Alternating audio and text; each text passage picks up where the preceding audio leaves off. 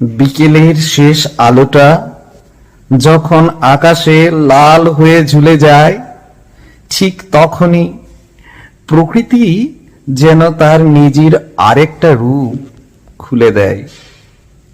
Ranjandi dam, আদরের ডাক নাম যোগমায়া সরোবর।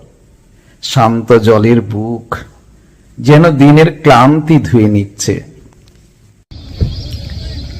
ধীর স্থির জলের উপর লাল আভা ছড়িয়ে পড়েছে।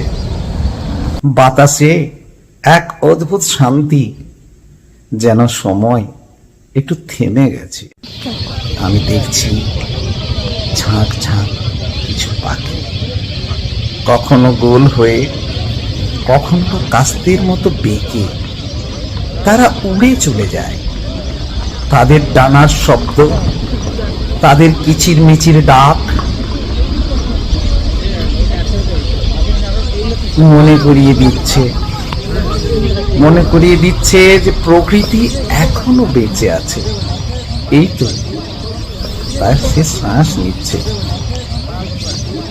ওরা কোথায় যায়, কোথায় তাদের বাড়ি কে জানে, কিন্তু প্রতিদিন সন্ধ্যায় এই পথ ধরেই তো তারা ফিরে যায় নিজেদের আশ্রয়ে। যেন সূর্যাস্তের সঙ্গে তাদের রয়েছে এক নীরব চুক্তি। আমিও আছি ওদের সঙ্গে, মুহূর্তগুলোকে ধরে রাখতে আমার ক্যামেরা অন করে। ছোট ছোট ক্লিপ, প্রতিটি ফ্রেমে যেন গল্প বলে ওরা।